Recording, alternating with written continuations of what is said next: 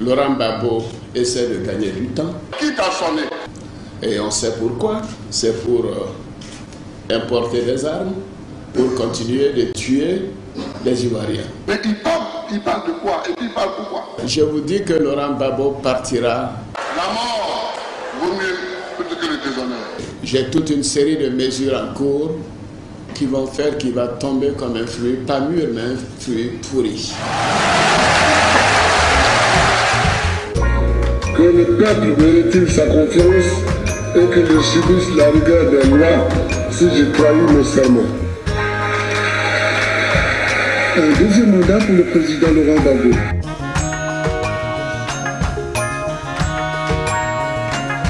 Ce pays nous appartient. Nous avons décidé de doter ce pays d'un certain nombre d'institutions. Il n'y a qu'une république.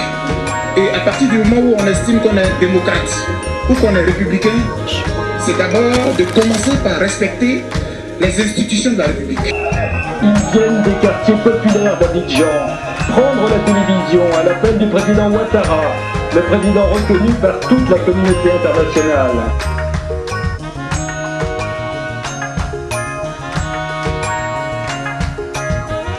Est-ce que vous croyez que c'est ce que nous avons dit? L'Union africaine. L'Union africaine a dit ça? Je ne crois pas. Je vais demander à tous les jeunes de Côte d'Ivoire, les mains nues, d'envahir le Golf Hotel et de faire en sorte que ceux qui y sont et qui ont les fusils puissent quitter cet hôtel-là, parce que nous voulons la paix en Côte d'Ivoire. Le symbole du cœur humain est apparu à la surface de la sauce concoctée par Madame Kwame.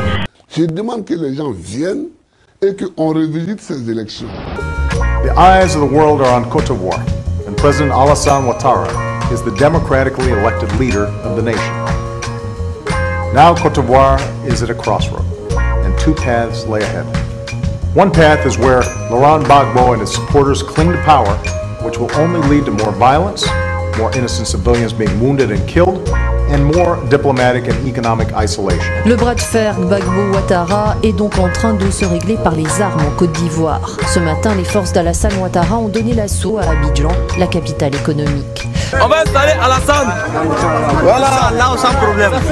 Des troupes déterminées, mais le camp d'en face leur donne du fil à retordre. Les fidèles du président sortant n'ont pas dit leur dernier mot, ni tiré leur dernière cartouche. Les défenseurs de sécurité de Côte d'Ivoire se sentent fortement interpellés.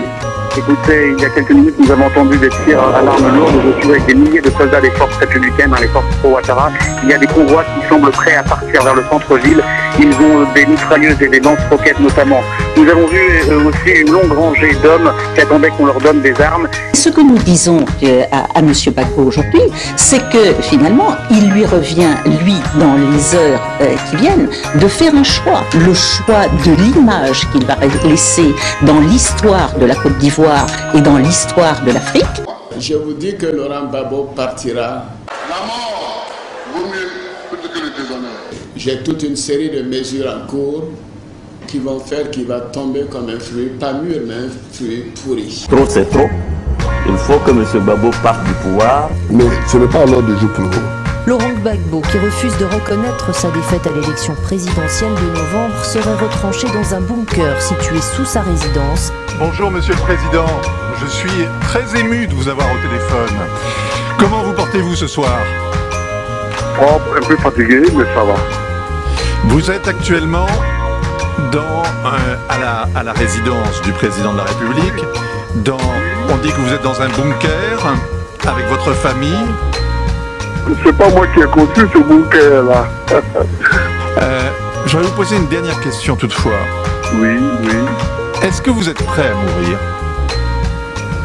Moi je ne suis pas un kamikaze. J'aime la vie. En Côte d'Ivoire, les habitants fuient Abidjan et les combats. Les forces fidèles au président sortant, Laurent Gbagbo, mènent une opération d'envergure destinée selon elle à sécuriser. Le jour où vous faites l'erreur d'envoyer, même si c'est 4-5 policiers, pour toucher un seul cheveu de Gbagbo, en Côte d'Ivoire ici, là, c'est capté. Laurent Gbagbo et son épouse ont leur destin entre leurs mains. Si avant la fin de la semaine, ils n'ont pas quitté le poste qu'il occupe, Laurent Gbagbo, ils seront nommément sur la liste des sanctions. Le président français se croit obligé de jouer les donneurs de leçons. Gbagbo n'a désormais plus aucune perspective. Tout le monde l'a lâché. Il est bunkérisé dans sa résidence. Robert, la Côte d'Ivoire est envahie par des armées étrangères avec la caution de la France et des États-Unis. Il y a des soldats, des armées régulières venus. Oui, mais justement, je vous le dis et vous allez le croire. Non, c'est trop. La France est la licorne. Ce n'est pas cela. On veut demander à Gbagbo d'avoir les bras croisés et de laisser les gens venir tuer. Voilà ce qui est la vérité. Jusqu'au plateau, le centre des affaires, pas âme qui vive. Les habitants se terrent dans leurs maisons, leurs appartements. Abidjan, ville fantôme. Il n'y a même pas eu de combat. Les OM qui étaient chargés de défendre le gouvernement ont fui. Ça montre bien qu'aujourd'hui c'est la débandade. C'est quoi? Les positions des forces de défense et de sécurité de Côte d'Ivoire ont été attaquées par des hordes de combattants de fortune appuyés notamment par les forces de l'ONUCI et de la licorne. Laurent Gbagbo au pied du mur. Les forces armées de Ouattara sont ici à 500 mètres de la résidence du président sortant. Sauver le soldat, essayer de sauver le soldat. Il faut sauver Laurent, il faut le sauver.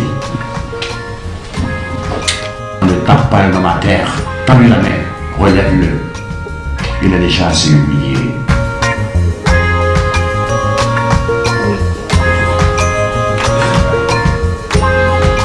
Merci.